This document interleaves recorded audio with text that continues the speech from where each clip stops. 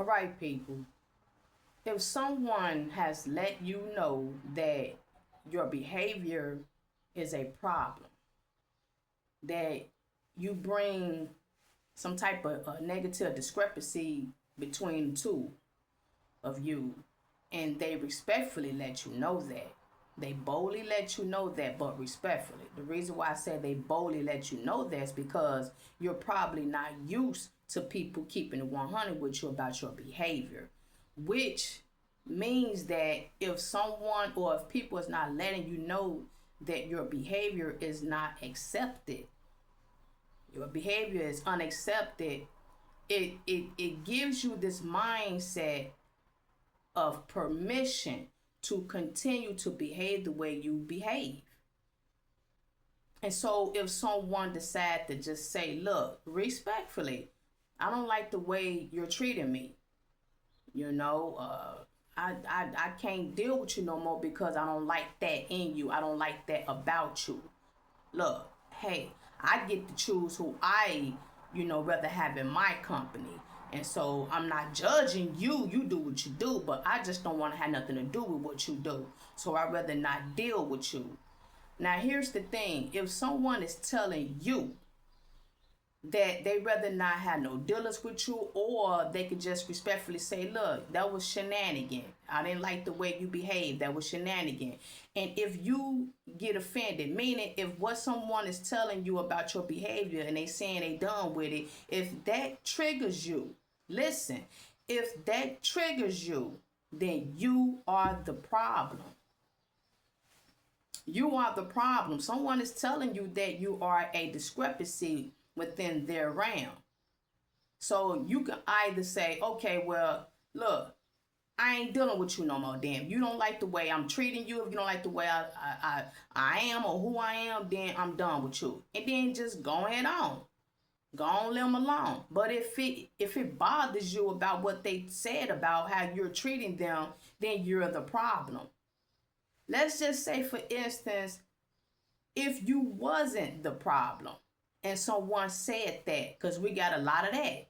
People envy, people who are good and trying to be right and doing their own thing. And then you got people who may lie and say that they're a problem. They may say, well, I don't like you because of this and that and the other. But if you know they're lying, you wouldn't be triggered. You'd probably be like, huh? But you wouldn't be highly triggered.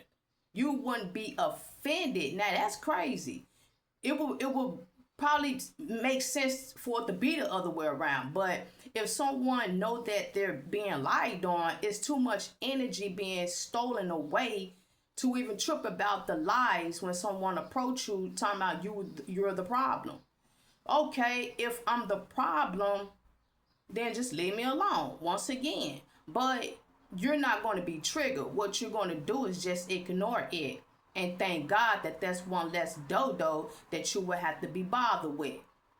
And from that point on, don't even continue to cahoots with them if they're lying about whatever problem they may have with you. It might be a slight issue that they have with you, but they may expand it to be a major problem, a major issue. And they may come and say, well, I thought what you said was just way out. You know what I'm saying? And, I don't, And then you're like, okay, well, look, I didn't mean to say that, but if that's how you feel, then, okay, cool. I respect your wishes. Now let me carry on. But on the other hand, if a person takes it personal for real, and they decide to carry it on and have a burden about what you said, and they want to just carry it on for the rest of the work way, the rest of their lifespan or whatever, that's their problem. Every time they see you, they roll their ass. Every time they see you, they want to go off in the cut with someone else to make them mad at you. They want to gossip, all because of something you said to them 2 months ago. They still holding the burden. It's because they're the problem. Now, I'm coming at someone about this is because a young man made a video about Oak Bluffs, where it's a black community of wealth. It's not like a rich and famous part. I forget where it was at, but he said Oak Bluff, whatever. And he was just letting people know who is part of the black fatigue, who are a issue in a lot of black communities You're not coming over here to Oak Bluff with the shenanigan. And he has every right to make that announcement. Now, that's a meaning of we got to do better. If someone in the community or in your community stands ground, 10 toes down and say, look, enough is enough.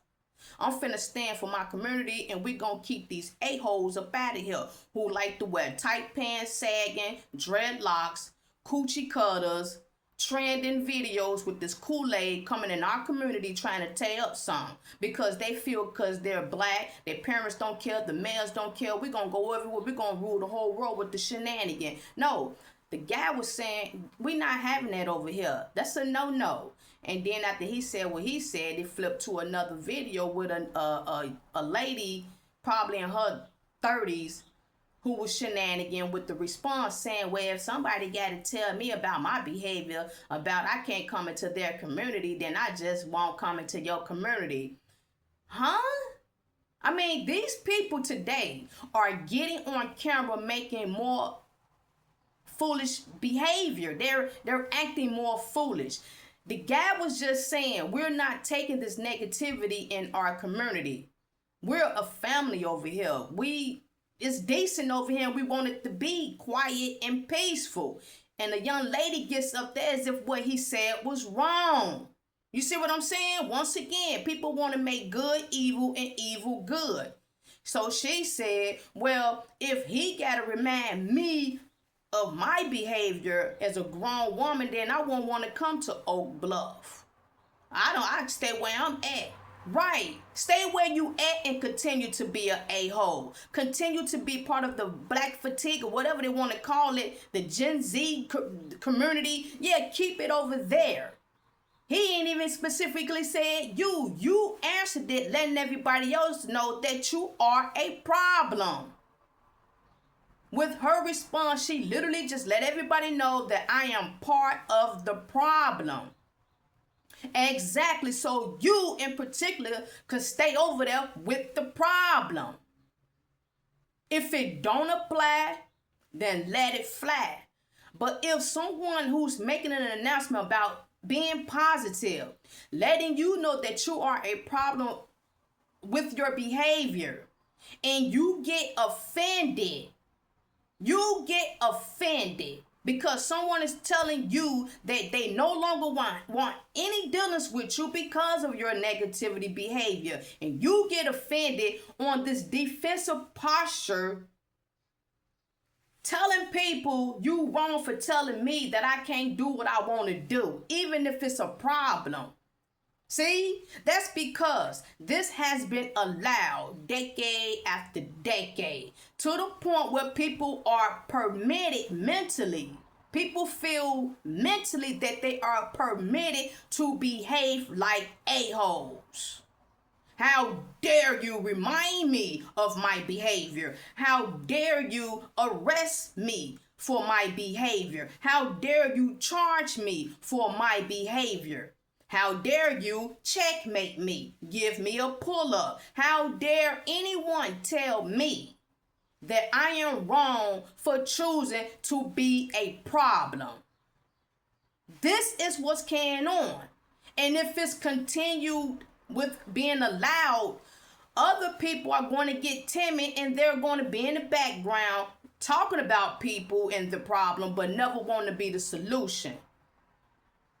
My channels, I expose the shenanigan. If I was living in Oak Bluff, I would probably make the announcement myself. And of course, wait on comments to attack. Wait on comments for the attacks. And ask me if I care.